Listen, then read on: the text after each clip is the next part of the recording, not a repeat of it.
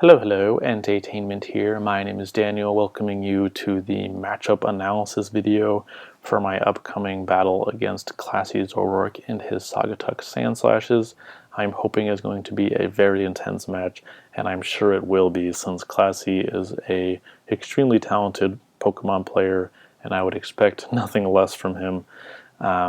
I wanted to make this video just because I didn't really get a chance to make these last season.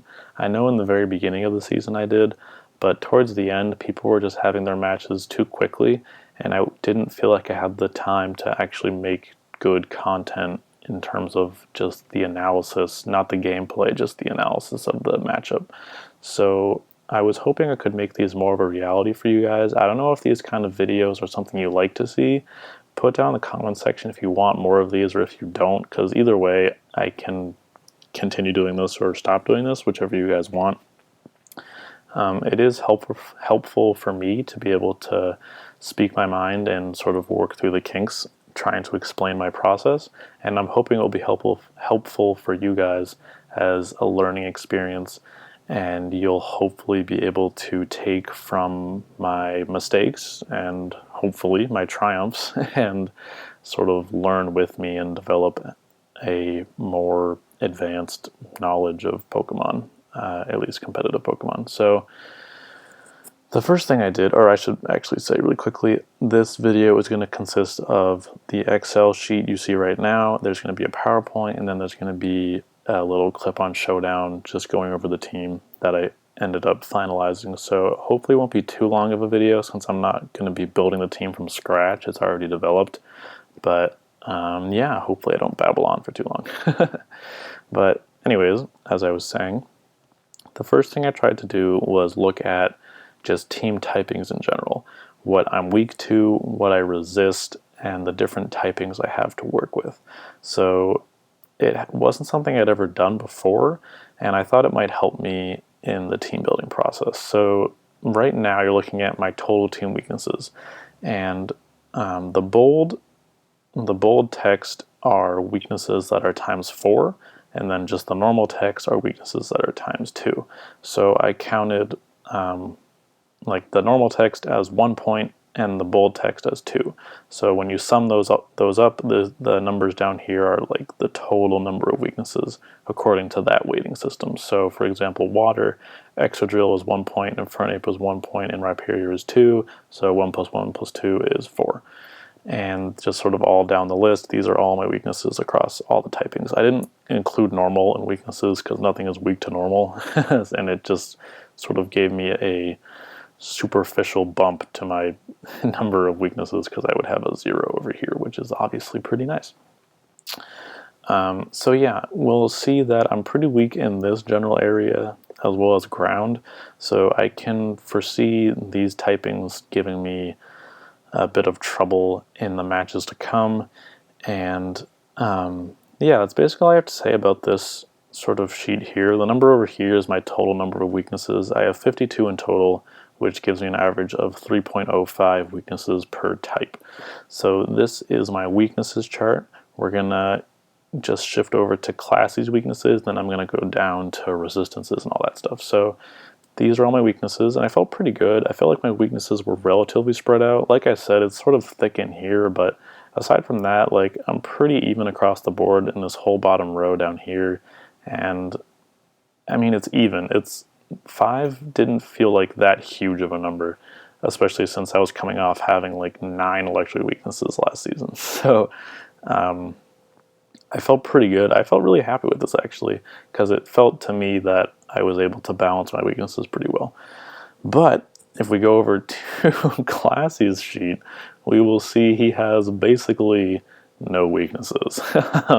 He has 30 total weaknesses, which gives him a mere total of 1.7 per typing. So this is me, and this is him. So he has really no weaknesses when compared to me. His most prominent is electric, but aside from that, like, his highest number is 3, and he has a bunch of zeros. He has no dragon weaknesses, which is because he has no dragons. He has no steel weaknesses and no flying weaknesses either. So a very interesting team. I think this will come up later, but I think this mainly comes from his number of single type Pokemon. And it's not a ton. I think it's like 5 single type Pokemon he has, but 2 of them are normal types. He has Buffalont and Kecleon, and then he also has well, I'll go into it later, but he has a lot more single type Pokemon than I do. I only have Blastoise as a single type Pokemon. Everything else on my team has 2 typings, whereas he, I think, has 5. We'll look at it later, but I'm pretty sure he has 5 single type Pokemon. So when you only have 1 typing, you, I think, tend to have less weaknesses. There are beautiful things like Scissor, for example, where his typings tend to cancel each other out. Like Steel is weak to ground, but Bug resists it. What's the other way around? Like Bug is weak to flying, but Steel resists it. So Scissor is one of those like beautiful Pokemon, dual type Pokemon, where his typings mesh together essentially perfectly. He's only weak to fire. But that doesn't always happen. It's not always the case. And a lot of the times adding a type just gives them more weaknesses. It might drop one of them, but it adds a lot more.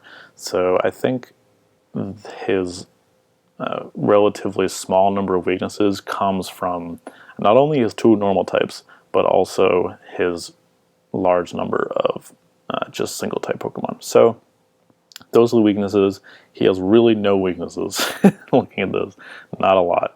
And I don't really have a prominent electric type to abuse this weakness here. So that kind of sucks. My only electric type is Lantern, and he's not the most offensive thing in the world. So that's kind of unfortunate, but what I really constructed my team around was the team resistances, looking at what he resists and what I can apply pressure with due to his lack of resistances. But looking at me, I have a lot of water resists, I have a lot of steel resists, and I felt pretty happy with the resistances in here. Like I said before, I felt like I had a lot of weaknesses in there, but when I scrolled down and I did this chart, I felt okay. I mean, I have a lot of resistances in these columns here. I should explain the weighting system really quick. Resistances are a little different because in weaknesses you can only be 2 times weak or 4 times weak, but did I say that right? With weaknesses you can only be 2 times or 4 times weak, which is only 2 possibilities. Excuse me. But with resistances you can be immune as well. So I counted immunity as 3 points, 2 times resist as 1 point, and 4 times resist as 2 points. I hope I said all that right. So if we look at electric, I have Excadrill, which is immune, so that's 3 points. Celebi, which is a 2 times resist, so that's 1 point. Rhyperior, another ground type, is 3 points. And then Gourgeist is just a 2 times resist, so that's 1 point. So it goes 3 plus 1 plus 3 plus 1 to give me 8 total electric resists. Now this weighting system is kind of weird. I don't know if it like accurately represents my total number of resistances. I think the weighting might be a little off, but that's how I did it. I did it for him as well, just to keep everything the same. So yeah, that's the system. Everything in italics is 3 points, everything in bold is 2, and everything in just normal text is 1. So these are all my resistances. Like I said, a lot of water resist, a lot of fire resist, as well as steel, ice, fighting. I felt pretty good about my resistances, honestly. I didn't feel like there was anything I was really lacking in. The one thing I did see was like these ones down here, the Ghost, Dragon, and Dark. I don't have a ton of resists, but from earlier, I don't have a ton of weaknesses either. So, I don't know. We'll see what happens in the future, but I don't feel like I did that bad of a job sort of making sure I have the resistances to counteract my weaknesses. And then again over here, I have 81 total resistances with a 4.5 average overall. I did include normal typing here just because things do resist normal. Things don't. Things are not, weak to normal, but things do resist normal. And for me, it was Excadrill, Rhyperior, and Gourgeist. So that gave me 5 points and gave me a nice little buff to my resistances. So those are my total resistances. A lot of columns very well filled in, and I felt pretty happy looking at this. So then going over to the sand slashes, we'll see that his weaknesses are, or sorry, that's the wrong chart. We'll see that his resistances are also very well sort of covered. He has 71 in total, only like 9 less than me, so, or I guess 10. So maybe that's significant, maybe it's not. We'll see if I can take advantage of that. But I do have more resistances total than he does. His main resists are steel, grass, fighting, like sort of these two, these three, and steel, I guess, and ghost. Ghost seems sort of artificial to me just because he has 2 normal types, but that's how I weighted it. This is sort of what I'm talking about. He has 7 ghost resists just because of his 2 normal types, which obviously gives a pretty nice buff to his total number of resists, but that's how I weighted it. I kept it fair, whatever. So yeah, these are his total number of resists. When I was looking at this, I was sort of seeing that he is lacking in the flying, in the dragon, in the rock, and in the dark categories. He doesn't have a lot of resistances to those types.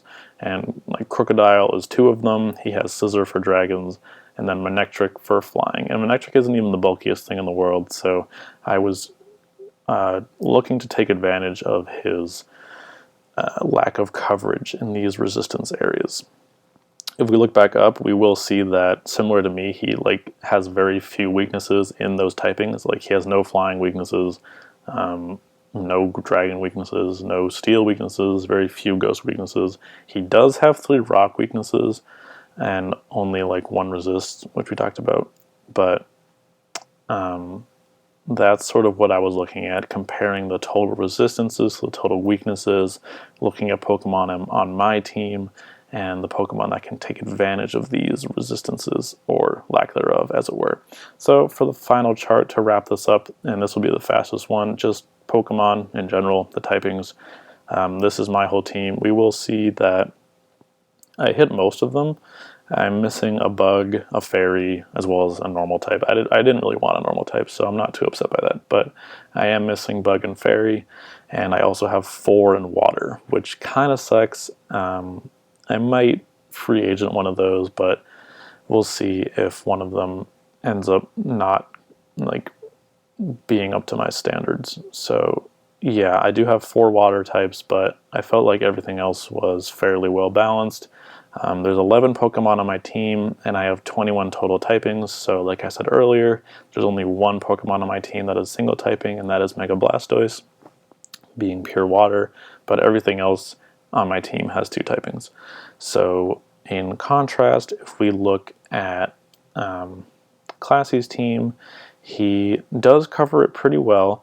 However, he doesn't have an ice type, a fighting type, a rock type, a dragon, a dark type, or a fairy. So he's missing, what is that? He's missing 6 types, whereas I am missing, I think it was 3, we said? Bug, fairy, and normal, yeah. So neither of us have a fairy, and then he has 2 normal types to sort of counteract my 0, but hopefully that won't matter too much. I don't really foresee it mattering that much, but I guess it could theoretically. So he has 16 total typings, which means he has a lot more single type Pokemon than I do. So yeah, that's basically it for the XL. That's all I wanted to say. In the future videos, I won't need to go over my team again, so hopefully this sort of more boring section won't be as quick. And if you don't like this format, tell me. This is sort of the experimental video, and just let me know, and I won't do these Excel sheets in the future, or at least I won't present them. I'll still probably do them because it was really helpful for me, but I just won't go through them with you guys. So without further ado, I'm going to jump to the PowerPoint, so please excuse me while I make a quick cut. BRB. Alright, so we're back. The good old matchup breakdown, Sylveons versus Sandslashes. Yeah, you know the drill. We're going to look at the team matchup really quick instead of the text version. This is the more appealing visual version. We'll see that his team has the Mega Manectric, the Tornadus Therian, Scizor, Crocodile, Crobat, Jolison, Rotom, Mower, Cut, whatever, Delphox, Kecleon, Samurott, and Bouffalant. So a really cool team. You'll probably notice right away that he has a lot of pivoters on his team. like most of his team gets U-turn, and the ones that don't get Volt Switch. So it's definitely a very offensively oriented team. And I think he's going to try to go for some kind of hyper offense strategy, try to apply pressure immediately and make me react to his Pokemon rather than him sending in like a wall to try to stop my offensive mons. Really, his only Wally Pokemon is like that Jellicent over there, maybe the Bouffalant. There are some things on his team that can be run bulky. Like you can run bulky Crocodile or bulky Rotom, or I guess bulky Scizor, I'm not really sure. But overall, he definitely has an extremely offensive team and one that is pretty scary. The top threat, in my opinion, on his team is definitely going to be the Rotom Cut. It can hit like everything on my team except for my 2 grass types super effectively, and really nothing wants to switch into Rotom Cut. So the issue is I have 3 things to block Volt Switch: Excadrill, Rhyperior, and Lantern with Volt Absorb. However, none of those Pokemon want to take a Leaf Storm, obviously. Excadrill dies, Rhyperior gets obliterated, and Lantern will probably die as well. So it looks like blocking a Volt Switch from a Rotom Cut is not going to be possible for me. I don't think I'll be able to take that risk, especially if he doesn't bring like a choiced Rotom. So yeah, I think that Rotom is the biggest threat to me, and then of course just Tornadus Therian is always scary, as well as Mega Manectric. It's just a very scary team overall, but I am most concerned about that Rotom. So moving on, we're just going to look quickly at this screen here, which is the sort of key offensive matchups for me and what I think his switch-ins will be to my threats. So my 3 main threats, in my opinion, are Greninja, Noivern, and Sneasel. If we just remember back to the screen about team typing, in terms of the Noivern, his only flying resist is his Mega Manectric, and Mega Manectric isn't the bulkiest Pokemon in the world, so really even Mega Manectric probably won't want to switch into Noivern that frequently, so I think I can try to abuse his lack of switch-ins to flying types, but I'm going crazy out of order. Greninja is the first one on this list because there's not many bulky Pokemon on his team like I was talking about, and Greninja is obviously very, very quick. And with his coverage of water and dark, he can hit things like Jellicent that would want to switch in.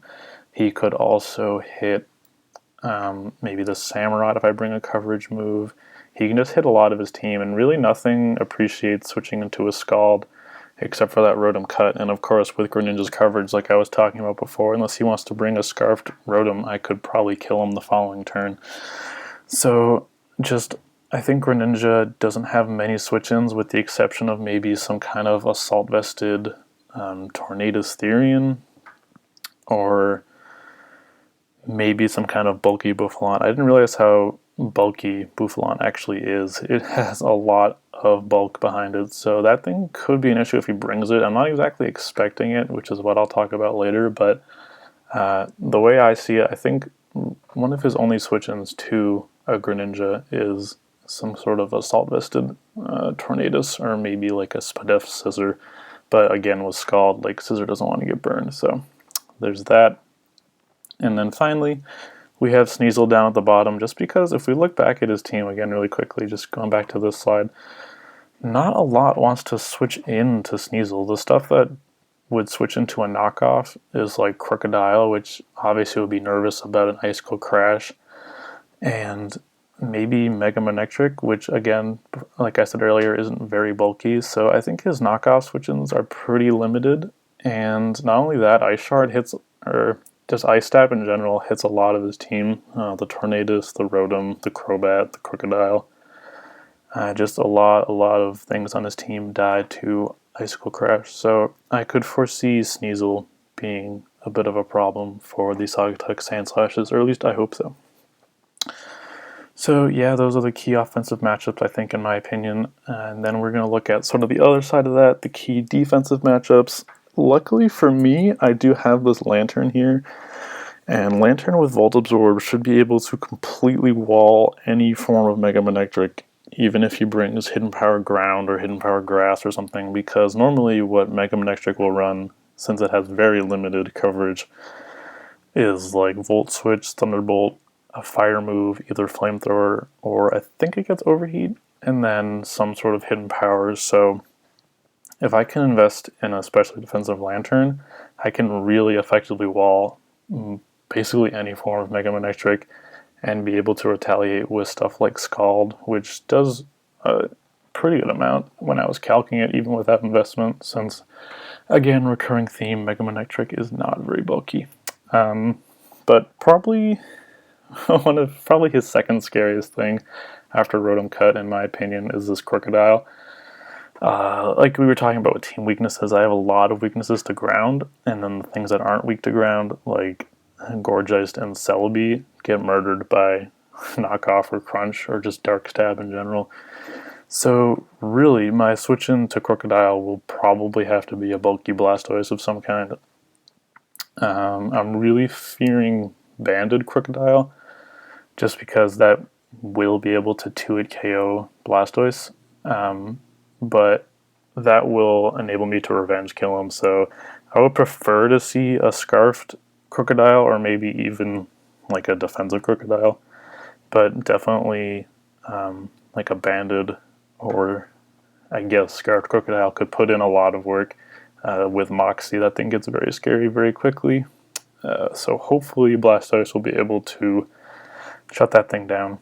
And finally, we have Rhyperior as sort of an attempted switch into Tornadus. I'm not sure how well this is going to go. I might need to also rely on Lantern for this Tornadus, but I think Rhyperior will do an okay job shutting him down. Tornadus obviously gets Grass Knot, which is terrifying, but I can try to take advantage of that and predict his coverage moves. So I think we have one more slide here. Yes, this is my rough team at the top, just the 3 defensive bonds we talked about and the 3 offensive bonds we talked about, and then just sort of a rough layout of what I think he might bring. There's not 6 Pokemon on his side because I truly have no clue what he's going to bring for his 6th Mon. But I'm definitely expecting the Crocodile and the Rotom just because they put in a ton of work. I am expecting the Kecleon just because he likes to run it and does a lot of weird stuff with it, so that thing can actually be pretty scary with Protean. And then I'm expecting his Mega just because it's his Mega, and then I'm expecting Tornadus because Tornadus is an amazing Pokemon with Regenerator. It's a really good pivoter, and that's sort of the whole theme behind his team, and it can get a lot of coverage to hit most of my team. So my rough team was Mega Blastoise, Greninja, Rhyperior, Lantern, Noivern, and Sneasel, and I was expecting Manectric, Tornadus, Therian, Crocodile, Rotom Cut, and Kecleon, and then something else, I don't know what. So with that, we're going to end this PowerPoint and then quickly make our final jump over to Showdown, where I can talk about the actual finalized team. BRB. Alright, here we are back with Pokemon Showdown, and good old Infernape, captain of the Syracuse Sylveons, even though he's not coming to the match today. If you have made it this far into the video, thank you very much. It means a lot to me, and I hope you're enjoying it so far.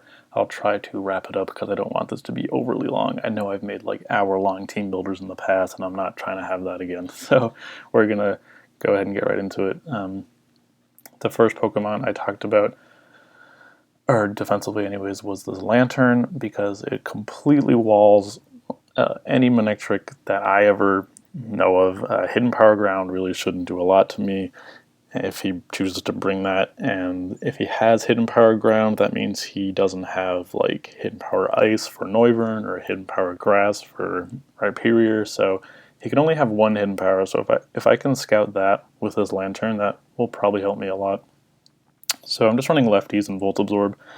I'm running kind of a weird set. I sort of gained inspiration from the common Mega Ampharos set, which runs like Rest, Sleep Talk, Volt Switch, and Dragon Pulse. So this is basically the exact same thing, just with Scald instead, which hopefully will be better for me than Dragon Pulse because I can burn opponents. I'm not really sure about these EVs. The 40 speed EVs you see are just to outspeed Kecleon, because that thing, I don't want that thing getting drain punches off on me or anything before I have time to react. So really the whole thought process behind this is that I don't think a lot on his team wants to really kill this Lantern, especially once he loses his Crocodile. Let me pull up a picture of the team again. I'm sorry. Here, we'll look at the PowerPoint.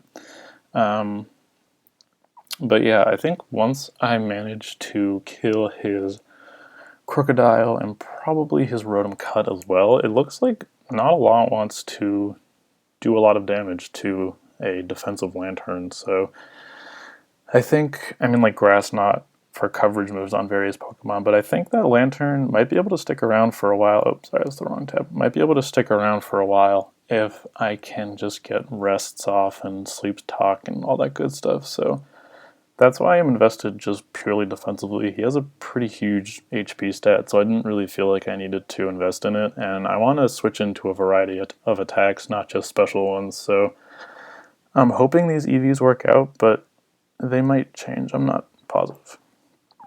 Moving on, we have our defensive Mega Blastoise. This, again, is purely to switch into his Crocodile, or not purely, it's mostly here to switch into his Crocodile. It should counter any form of Crocodile since I do have Rapid Spin in case he wants to bring rocks. It's just, this Blastoise should help against most of his physical threats in general, not solely his Crocodile. It's nice against Kecleon. Again, I have the 20 speed EVs for Kecleon. It'll be nice against stuff like Scissor if he brings it, or Crobat, potentially the Samurott, although I can't do a whole lot back. Hopefully Samurott won't be able to do much to me either. I'm running Scald, Aura Sphere, Dark Pulse, and Rapid Spin. I might change up the coverage on here and run Ice Beam instead.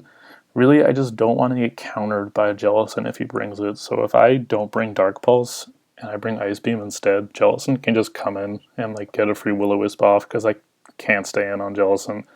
With those moves, I'll be doing like 2% with Ice Beam, and obviously it's a ghost, so Aura Sphere won't hit it, and then it generally runs Water Absorb. I guess it could be like Cursed Body or something, but Scald won't do anything either if he's Water Absorbed, so I feel like I should probably bring Dark Pulse. It also, like, I guess it's an okay coverage move against his team. I don't know. I might change it. I'm not necessarily expecting Jellicent, but I just really don't want to get walled by it. Anyways, moving on, we have this little Rhyperior here with Earthquake, Stone Edge, Fire Punch, and Stealth Rock. And then Rindoberry. Rindoberry will make grass attacks do like 1/2 damage for one use. So what this means is I can take a Grass Knot from a Life Orb Tornadus Therian if I have like a good amount of health. I don't think I can ever take a Leaf Storm from any form of Rotom, but I can at least take stuff from that Tornadus and hopefully kill with Stone Edge. Stone Edge should kill like any form of Tornadus, even if I'm not attack invested, which I'm not really. I only have 4 EVs in there. So he's just fully especially defensive because, again, I want him to switch into stuff like Tornadus, or maybe not switch in, but at least be able to check it. Sorry, I keep switching to the wrong screen. It will also hopefully be able to switch into Delphox, because I can also take a Grass Knot from Delphox, and sort of helps with his special threats, hopefully. Hopefully. It can also switch into Manectric if Lantern ends up dying. Then finally, or not finally, halfway through here, moving on to the physical threats, I'm actually trying to bring the offensive threats. I'm trying to bring a physical Greninja, because like I was talking about earlier, I think his only way to stop this is some sort of Assault Vest user, whether it be Assault Vested Tornadus, or Assault Vested Buffalont, or like Assault Vested Scissor, I don't know, something like that. So I'm going to try to take advantage of that and bring a physical one instead, because I think this Mon here, this Prince Naveen, can sweep if the threats that are faster than it are eliminated. And that's, well, Scarfed users obviously, but that's limited to the Crobat and the Mega Manectric. Those are the only things that are naturally faster than Greninja on his team. obviously any scarfed users would probably have to be taken out as well, since Greninja isn't the bulkiest Pokemon. But basically, I'm running exactly enough speed to outspeed max speed Tornadus Therian. I've never said speed so many times in one sentence in my life. And then just full attack with the extra EVs dumped into HP. It gives me an odd number, so a Life Orb Recoil will be doing 9% to me instead of 10, which will let me get one extra attack off from 1%, hopefully, if I don't take any damage. And just running Power Up Punch, Ice Punch, Night Slash, and Water Shuriken. I might still just do Water Shuriken for Waterfall, but if I have Water Shuriken, that should be able to cross Crobat off the list, especially if I'm +1. I would probably only need like 2 Water Shuriken hits in order to kill that thing. And in case you guys don't know, Water Shuriken is actually a move only known by Greninja as far as I know. And it hits 2 to 5 times in one turn, but the key is that it's priority. So it's a multi-hitting priority move, which I think is awesome. So you're getting somewhere between a 30 and 75 base priority move if you get all 5 in a row. So that's really crazy. I think priority moves are all base 40, yeah. So you could end up with a priority move that's worse than other ones, or you could end up with one that is much, much better. So it's sort of a risk, and I'm hoping it pays off. I can do a lot of damage to his team with priority. So in order for this thing to sweep, like I said, the things that are faster need to be dead, and probably Scissor needs to be dead as well. And then I should be able to get a nice little sweep off. It'd be nice if Manectric was at least damaged, because then I could try to kill it with Water Shuriken. So yeah, the power-up punches here just because he doesn't get like Swords Dance, otherwise I would run that, and it will be able to slowly boost his attack. Hopefully I would probably only be able to get one off, but even a +1 Greninja with Life Orb should do a lot of damage. Next, we have sort of a weird Noivern with Dragon Pulse, Air Slash, Flamethrower, and Substitute.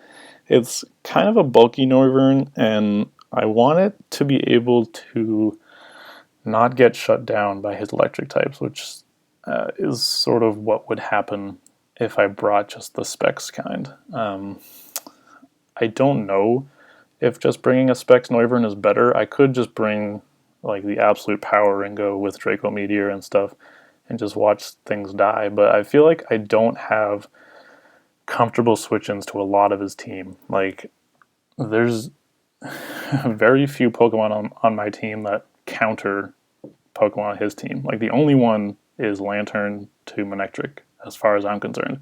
Like, nothing else on my team counters really anything on his team. Maybe Rhyperior against Kecleon. That's like essentially it. So I guess you could say Infernape can counter Scissor, but we're not bringing Infernape. So what I'm trying to do here is be able to stay in for as long as possible, get off a lot of damage, and hopefully kill some stuff, and just be sort of this scary threat, hopefully behind a sub. I'm just bringing Dual Stab and then Flamethrower for coverage. It will be able to hit the Scissor, obviously, but it also hits the Rotom harder than Air Slash, I think, because Air Slash would be neutral, and then Flamethrower is super effective. So Flamethrower is just a nice coverage move. Not really a lot of... I could run like Shadow Ball or something, but I don't think there's a better move than Flamethrower. And I'm running fully Spadef with enough special attack to ensure 2-hit KOs on the Manectric as well as the Rotom Cut if he doesn't bring like bulky versions of those mons. And I forget what I'm running speed to outspeed. I'm gonna be honest with you. It might be the Rotom. I think it actually is the Rotom. I'll open up the calc just because I want you guys to fully understand my thought process, and I want to too, honestly. So if we look at Rotom Cut Specs, Timid, wait, no, so it's not 299. I wonder what I'm outspeeding. 299. Maybe it's No, it can't be scissor. Maybe I just dumped the rest in speed. That's possible, because this special attack should ensure 2-hit KOs on like Rotom as well as Manectric with the Dragon Pulse, or at least after Rocks. That's, yeah, that was the thought process there. So maybe I just dumped the rest in speed. I'm not sure. I will look into it and bring it up if I actually figure that out. That's weird though. I thought I was investing to outspeed something. Oh, was it Delphox? I thought, no, Delphox is definitely faster than that. Yeah, Delphox is definitely faster than that. Even modest Delphox is faster than that. So I'm not positive. Huh. Well, that's weird, but yeah. So that speed will allow me to outspeed some stuff, but not others. I just closed the freaking matchup breakdown tab. Jesus Christ. Okay, sorry, we're all over the place. I'm trying to wrap this up. So that's the Noivern. Hopefully I'll be able to go for a substitute on like a switch out and proceed to 2-hit KO whatever comes in. And then finally, probably our weirdest set is actually a Scarfed Sneasel. So I think this thing could late game clean, theoretically, if stuff gets damaged. And if he has a, because he does have, like I was talking about, a pretty good weakness to ice, and then as well as a relatively large weakness to dark as well. So I think that Icicle Crash could technically secure some kind of late game sweep if I can keep Sneasel alive.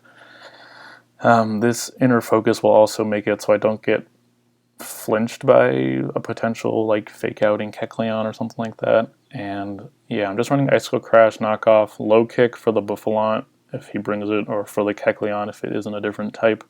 And then Ice Punch just in case I don't want to miss. There's no really good move for me for a fourth move as far as I'm concerned. Nothing else really hits this team that Sneasel learns. So yeah, I'm just running Adamant. Timid would allow me to outspeed Scarfed Delphox, so that could potentially be something I want to do. But Adamant helps me secure a lot of really important KOs. I don't remember them off the top of my head, but a lot of stuff gets 2-hit KO'd on the switch in if I'm Adamant, but it's like a small chance if I'm Timid, so we'll see. I think hazards are going to be important for me, which is why I have Rocks on Rhyperior. I am bringing Rapid Spin on Blastoise, even though I don't really foresee him bringing hazards, but I don't want to like pay the ultimate price for that. So I am bringing Rapid Spin. And yeah, so that's the team. I'm looking forward to our match. We're having it later today, hopefully, so that's going to be pretty amped, and that will be the end of week 2. So yeah, thank you guys very much for watching. I hope you enjoyed. Leave a like if you did, or dislike if you didn't, and feel free to let me know why either way down in the comment section. You can also leave any questions or concerns down there, and I will make sure I get back to you as soon as possible. And as always, enjoy the rest of your day, whatever day it may be. This has been Daniel and EnteiTainment out. I don't know. 1, 2, 3. These flawless catches. That is what is up. Got the Ladybug, defeated casual guy Clyde. Our party is filling up very rapidly.